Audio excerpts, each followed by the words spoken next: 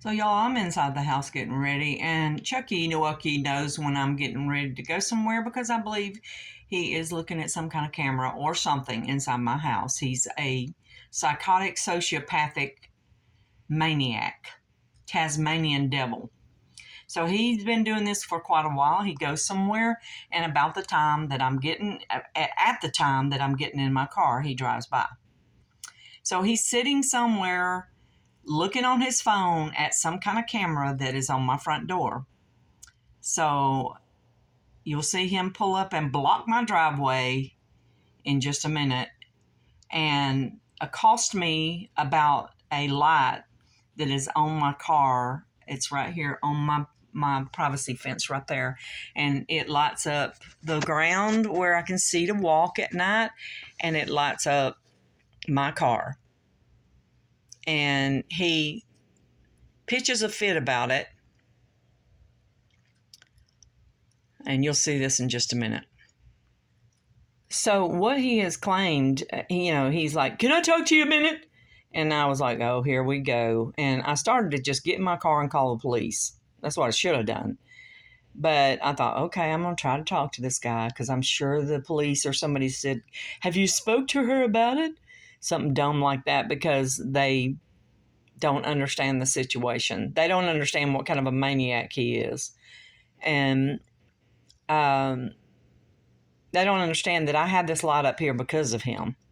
Because I've suspected him in my yard, and he's cussed me out 3 times. He's been in my ditch and tore up rocks. He turned out the street light so that he could wander around my yard at night. I suspected him in my yard. I saw where he piled up blocks where he could step over to my yard. I piled up a redneck mess back there to try to block him. He cussed me out the day I was trying to get a privacy fence put in back there to stop him from coming over in my yard. And the people that were putting it up wouldn't come back. So they didn't finish it. So my yard looks like a crappy mess because of him. I can't even walk around to spray my weeds because of him. He comes outside and harasses me. He's got to have his nose up my butt all the time. He's got a wife in the house, and he is a spastic weirdo. He probably has a regular diet of porn, and so he's watching me like he thinks, this is what I think. He thinks there's some chance in hell that I'm going to sleep with him. And he's attracted to me, and so he's always up my butt. And his wife is in the house just brain dead. Just like Randy's wife is in the house brain dead. He does the same thing, except this guy is worse. So what he did was he thought of a way to start a fight about this light. And so I'm remodeling my living room, and we had blackout curtains, but we're going to go to something lighter. And, and your light is shining straight into my living room, lighting up my whole living room. No, what he did was he set this all up so he could go down. He heard me on the phone because he stalks me and eavesdrops on my phone conversations. He heard me tell somebody on the phone that after they all accosted me 2 weeks ago out in the street at night, 10:30 at night, blocked the road and had the police jump on me, and he was taking part in it, he thought of a new way to start more crap.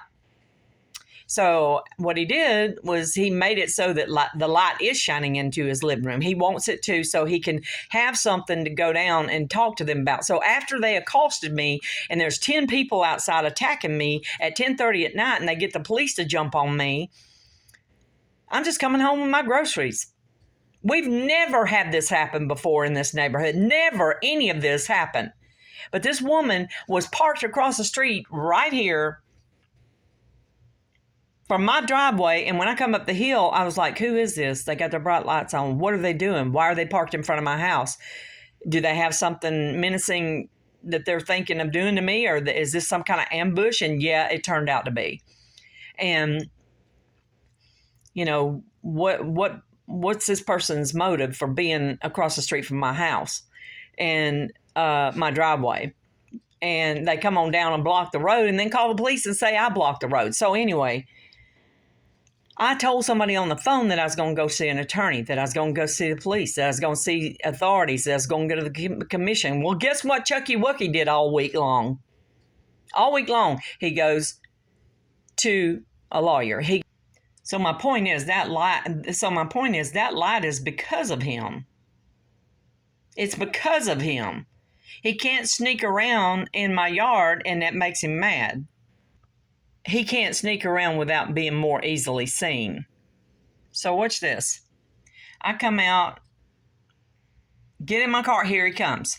Blocks my driveway, and forces himself on me like some kind of rapist. Because this is what a rapist would do. Block my driveway. So I walk over and ask him those questions, and he begins to cuss me out. Go to hell, B. F you, B. You go to hell, B. Flipping birds. He's a maniac. He doesn't.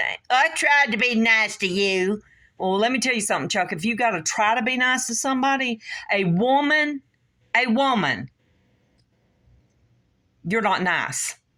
You're a jerk and a narcissistic, psychopathic sociopath. And you deserve to be in prison. You deserve to have your rear end beat by about 15 big old men every day. That's what you deserve. You're a felon. You're not going to prison right now and may never, but you're a felon. Because you're looking inside my house, you're watching a camera somewhere when away from here. You know when I'm walking out the door, and you are a wicked, evil man because of it. And you ain't fooling me. That's the problem. That's why I don't like you, is because you ain't fooling me. Now listen, I love your soul, and I don't want you to go to hell. You told me, I'm going to hell, and he got the key. No, buddy, let me tell you something. You got the key. And you had it a long time before you moved in here. You've only been here about 1.5 years, and you were on your way to hell a long time ago. And it wasn't because of me. You're not going to be able to stand before God and point your finger at me and blame me. Well, look what she did. It ain't going to work like that. God's going to look at you. He's going to point his finger in your face, and he's going to say, what did I ever do to you? I died for you. What more could I have done? And you refused my love, and you refused to come under submission and to my authority. And because of that, you're a bastard and not a son. The Bible calls you that. Jesus, in his word, said, if you don't take reproof from God, you are a bastard and not a son.